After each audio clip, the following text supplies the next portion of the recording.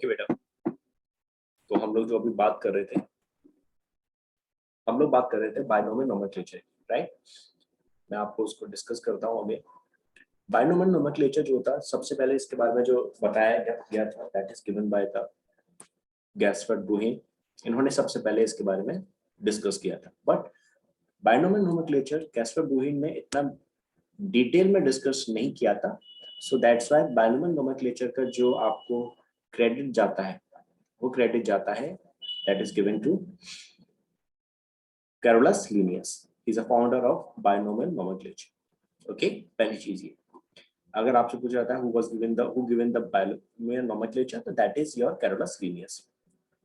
Gaspar Bauhin ने जो binomial nomenclature के बारे में डिस्कस किया था, उसके बारे में जो इंट्रोडक्शन दिया था, दैट इज पाइनेक्स थिएटर बॉटनिका। इसमें उन्होंने इसके बारे में बताया था। ओके, देन इसके बाद नेक्स्ट जो आते हैं डिस्कस किया जाता है, वो आते हैं आपको कैरोलस लीनियस। कैरोलस लीनियस ने जो बताया था इसके बारे में, बायनोमियल नोमेनक्लेचर के बारे में पूरा डिटेल में बताया था। इसके अंदर उन्होंने ये डिस्कस किया कि हमें साइंटिफिक नेम्स कैसे देने चाहिए, उनको रिप्रेजेंट करने का तरीका क्या होता है, राइट। ये सारा डिस्कशन उन्होंने अपनी बुक्स में बताया। सबसे पहले इनकी जो बुक्स थी दैट इज स्पीसीज प्लांटरम। इस बुक में इन्होंने सब प्लांट्स के बारे में उनके सभी के साइंटिफिक नेम्स प्रपोज किए थे। और ये बुक जो पब्लिश की थी दैट इज ऑन 1 मई 1753 को की थी। सो ये डेट बहुत इंपॉर्टेंट है, you have to understand, you have to learn this date on 1 May 1753। After this date all the scientific names are considered right, and इस डेट से पहले जितने भी साइंटिफिक नेम्स थे उन सभी को रिजेक्ट कर दिया गया, बिकॉज वो सारे नेम बायनोमियल नोमेनक्लेचर को फॉलो नहीं करते थे। So that is a major reason.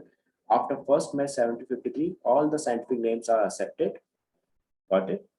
Because after 1 May 1753, जितने भी scientific name दिए गए वो सब बायनोमियल नोमेनक्लेचर के अकॉर्डिंग दिए गए थे।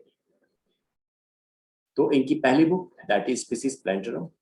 आफ्टर दैट इन्होंने और भी काफी बुक्स पब्लिश करी थी, एंड इनका जो 10th एडिशन था दैट इज सिस्टमा नेचुरी।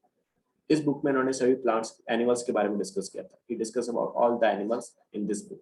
इसमें इनके सभी एनिमल्स के साइंटिफिक नेम्स इन्होंने डिस्कस किए थे।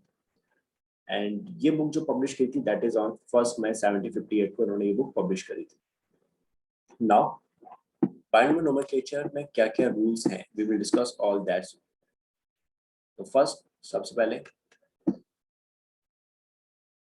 कोई भी बायनोमियल नोमेनक्लेचर जब हम देते हैं, कोई भी साइंटिफिक नेम जब हम देते हैं, तो उसमें दो मेजर टर्म्स आते हैं, दो मेन मेजर वर्ड्स होते हैं। First that will represent the genus, second that will represent species.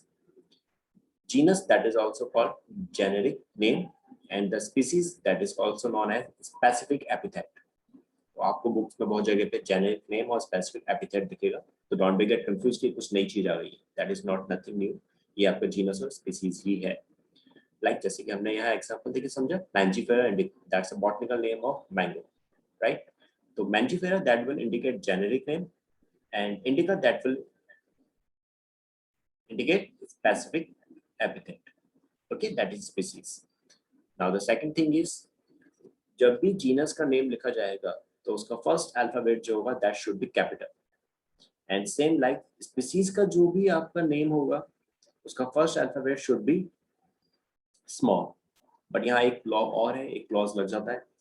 अगर स्पीसीज का नेम किसी साइंटिस्ट के नेम पर हो तो फर्स्ट अल्फाबेट जो होगा that should be capital, but ये तभी है जब कोई स्पीसीज किसी साइंटिस्ट के नेम पर दी जाती है।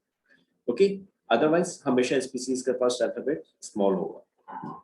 नाउ सेकंड क्लॉज जो हमें समझ में आना चाहिए कि प्लांट नोमेनक्लेचर जब भी हम करते हैं, जब भी हम प्लांट्स की नेमिंग करेंगे, साइंटिफिक नेम देंगे, तो उसमें कभी टोटोनेम्स इंक्लूड नहीं होते, उसमें कभी टोटोनेम्स को वैलिड नहीं माना जाता। टोटोनेम्स केवल सिर्फ जब एनिमल्स का साइंटिफिक नेम देते हैं तो उसी में ही कंसिडर किए जाते हैं। That is only considered in animals scientific name, that is not valid in a plant scientific name. You should know about that. Now the question is, what is totonyms? तो टोटोनेम्स that means ऐसे scientific names जिनमें genus और species same हो। Like जैसे कि हम animals की बात करें तो रैटस रैटस, नाजा नाजा, you can see easily here कि आपके ratus genus and species are same here, genus and species are same, so that's why ये क्या है आपके, that is tautonyms. I hope so आपको ये चीज समझ में आ चुकी होगी। एंड टोटोनेम्स सिर्फ किसमें कंसिडर्ड है आपकी, that is considered only in animals. Now come to the next point.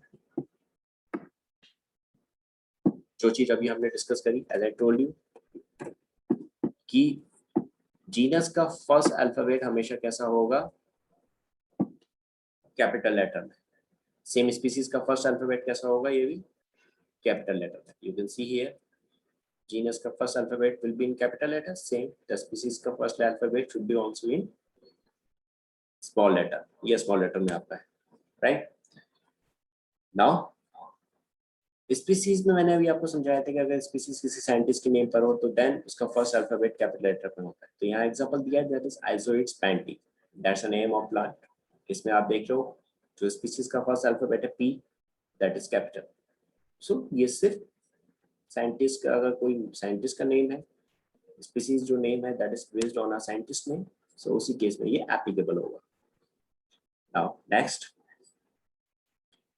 जब भी हम लोग कोई भी नाम लिखेंगे, साइंटिफिक नेम लिखेंगे, तो वो हमेशा कैसा होगा, आपका अंडरलाइन होना चाहिए। जीनस और स्पीसीज को हम अलग अलग अंडरलाइन करेंगे। जैसे यहाँ एग्जांपल देके मैंने समझाया, Plasmodium falciparum that will cause malaria, it's a protozoan. तो इसमें प्लाज्मोडियम यानी दैट इज जीनस, ये अलग अंडरलाइन है, फैल्सिपारम स्पीसीज है दैट इज आल्सो अंडरलाइन। दोनों को अलग अलग अंडरलाइन करेंगे। सो जब भी कोई नाम हम लिख रहे हैं या कोई भी नाम हम टाइप कर रहे हैं तो it should B properly underline separately. But जब यही साइंटिफिक नेम प्रिंट होते हैं बुक्स में तो वहां ये इटैलिक्स में लिखना चाहिए, then it should be in italics. Got it? Now come to the next part.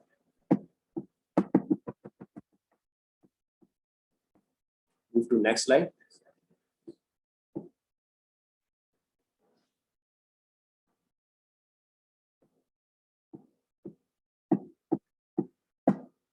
Now, एक और पॉइंट जो यहाँ पे डिस्कस किया था बायनोमियल नोमेनक्लेचर में, कि जब भी कोई साइंटिफिक नेम दिया जाता है तो जिस साइंटिस्ट ने वो नेम दिया हो, उस साइंटिस्ट का जो उसका लैटिन नेम है, उस नेम को हम शॉर्ट में लिखते हैं उस साइंटिफिक नेम के बाद, आफ्टर द स्पीसीज। लाइक जैसे मैंजिफेरा इंडिका लिन, तो Linn means that is Carolus Linnaeus, ये इनका इंग्लिश नेम है, बट इनका जो रियल नेम था that is Carl von Linn, that's a real name, और ये लैटिन नेम है इनका।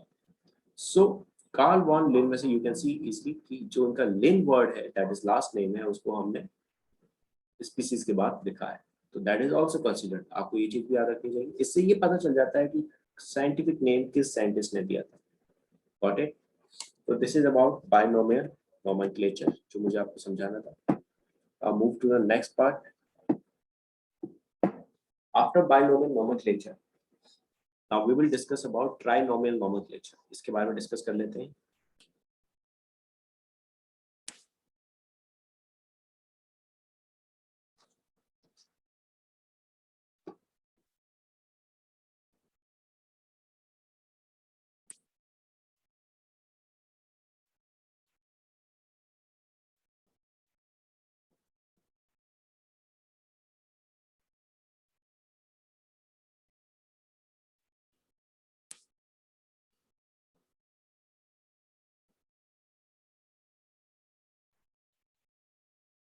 ट्राइनोमियल नोमेनक्लेचर जो है, इसको जो सबसे पहले प्रपोज किया था that is propose by the Huxley and Stickland.